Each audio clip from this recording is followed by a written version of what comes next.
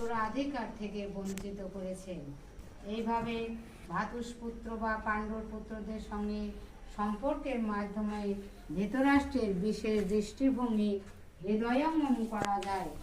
ধান খেতে যেমন আগাছাগুলি তুলে ফেলে দেওয়া হয়, তেমনি ভগবদ্গীতার সূচনা থেকে আমরা দেখতে পাচ্ছি কুরুক্ষেত্রের রণাঙ্গনে ধর্মের প্রবর্তক ভগবান স্বয়ং উপস্থিত থেকে ধৃতরাষ্ট্রের পাপিষ্ঠ পুত্রদের সমূলে উৎপাটিত করে ধার্মিক যুধিষ্ঠির নেতৃত্বে ধর্মপরায়ণ মহাত্মাদের পুনঃপ্রতিষ্ঠা করবার আয়োজন করেছেন।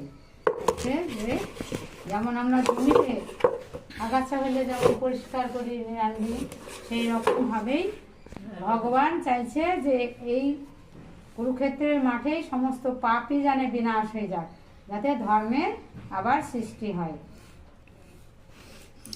বৈদিক এবং ঐতিহাসিক গুরুত্ব ছাড়াও সমগ্র গীতার তত্ত্ব দর্শনের পরিপ্রেক্ষিতে ধর্মক্ষেত্রে কুরুক্ষেত্রের শব্দ দুটি ব্যবহারের তাৎপর্য বুঝতে পারা যায়। সঞ্জয় কহিল, রাজা শুনো মন দিয়া, পাণ্ডবদের সৈন্যসজ্জ সাজানো দেখিয়া। রাজা দুর্যোধন শীঘ্র দ্রোণাচার্য পাশে যাইয়া বৃত্তান্ত সব কহিল সকাশে।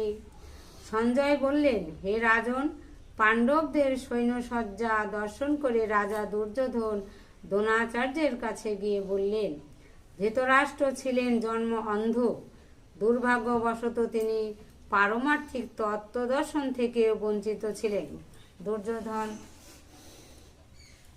ধৃতরাষ্ট্র অন্ধ ছিল, কিন্তু তবুও তিনি ধর্ম সম্বন্ধে তার কোনো জ্ঞান ছিল না, তাই বলছে।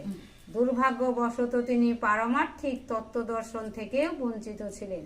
তিনি ভালোভাবেই জানতেন যে ধর্মের ব্যাপারে তার পুত্রেরাও ছিল তারই মতো অন্ধ, এবং তিনি নিশ্চিত ছিলেন যে তার পাপিষ্ঠ পুত্রেরা পাণ্ডবদের সঙ্গে কোনো রকম আপোষ মীমাংসা করতে সক্ষম হবে না, কারণ পাণ্ডবেরা সকলেই জন্ম থেকে অত্যন্ত ধর্মপরায়ণ ছিলেন। তবুও তিনি ধর্মক্ষেত্রে কুরুক্ষেত্রের প্রভাব সম্বন্ধে সন্দিগ্ধ ছিলেন।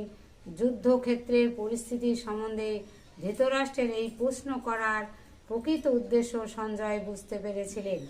তাই তিনি নৈরাশ্যগ্রস্ত রাজাকে সাবধান করে দিয়ে বলেছিলেন, এই পবিত্র ধর্মক্ষেত্রের প্রভাবের ফলে তার সন্তানেরা পাণ্ডবদের সঙ্গে কোনো রকম আপোষ মীমাংসা করতে সক্ষম